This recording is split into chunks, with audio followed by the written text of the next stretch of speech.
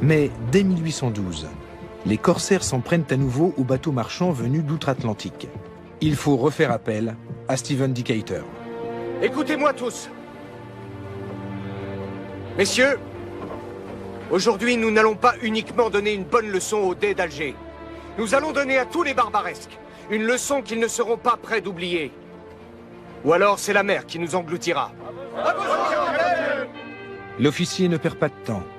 À l'approche d'Alger, il capture le navire amiral des corsaires, ce qui les affaiblit considérablement.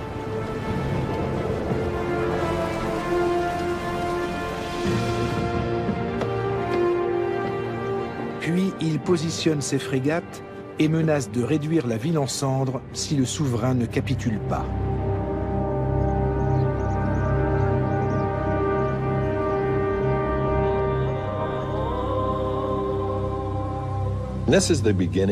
C'est le début de la politique de la canonnière.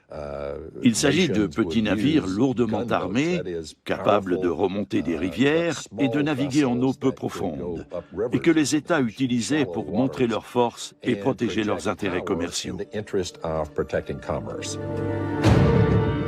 Depuis, les États-Unis ont maintes fois employé cette stratégie pour imposer leur point de vue, s'ingérer dans les affaires intérieures de pays plus petits, ou peser sur leur politique économique.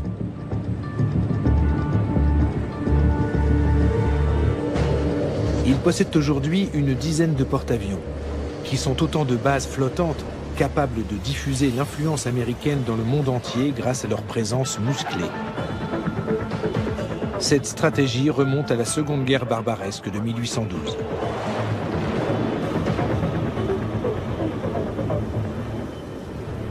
La flotte déployée au large d'Alger produit l'effet escompté et vient à bout de la combativité des corsaires. Sans aller à l'affrontement, Stephen Decatur est en mesure de dicter ses conditions à l'ennemi.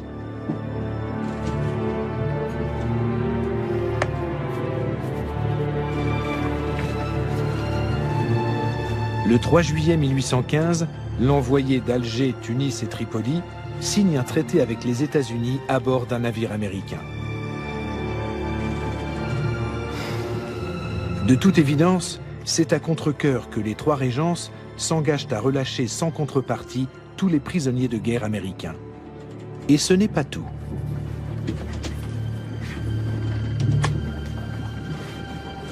Elles doivent aussi payer des réparations de guerre, renoncer à percevoir un tribut des États-Unis et à capturer leurs navires.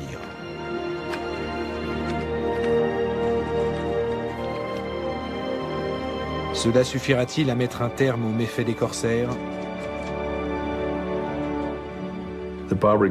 Les barbaresques ne sont pas des marchands isolés. Ils font partie d'une organisation collective avec un modèle économique qui puise ses revenus dans les expéditions corsaires, l'esclavage, la contrebande et le commerce de l'or. Ils ne peuvent pas arrêter car ils dépendent de ce commerce. Si le Dey d'Alger signe un traité promettant de mettre fin à ces activités, c'est un homme mort, car les régences n'ont pas d'autre modèle économique.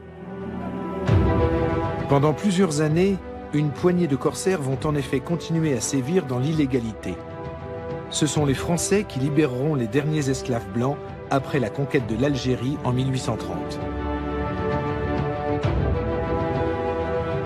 Il reste que les écumeurs de la Méditerranée ont pour la plupart cédé face à l'audace d'un homme et de son équipage, mais aussi face aux navires américains ultramodernes. Les États-Unis croient alors à leur supériorité technique sur leurs adversaires. Mais cet avantage va bientôt s'amenuiser.